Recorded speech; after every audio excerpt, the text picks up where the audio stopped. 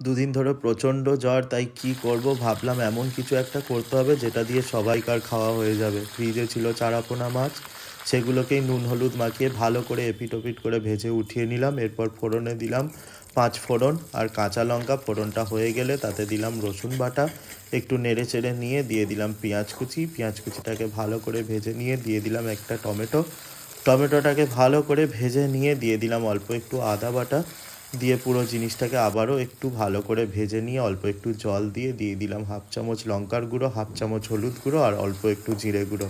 দিয়ে মশলাটাকে ভালো করে কষিয়ে নিয়ে আগের থেকে নুন হলুদ দিয়ে ভেজে রাখা চন্দ্রমুখী আলুটাকে দিয়ে একটু নেড়ে চেড়ে দিয়ে পরিমাণ মতো নুন দিয়ে ভালো করে কষিয়ে নিয়ে জল দিয়ে ভালো করে নেড়ে চেড়ে 4-5 মিনিট ফুটিয়ে নিলাম।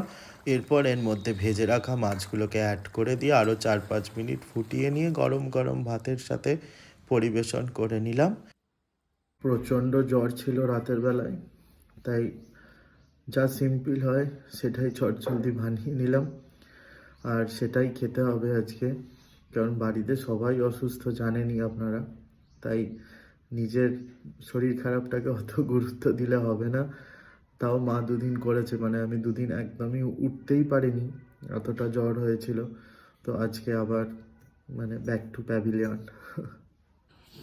এই জ্বরের মুখে সেরকম আর বেশি কিছু খেতে ইচ্ছা করছে না, হালকা ফুলকা।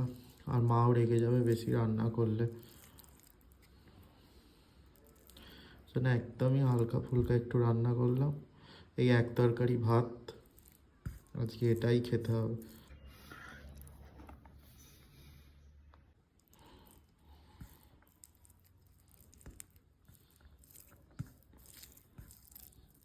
তো কেমন লাগলো আজকের রেসিপি অবশ্যই কমেন্ট করে জানাবেন। এটা হয়তো অনেকেই বানাতে পারেন, খুবই ইজি রেসিপি, তাও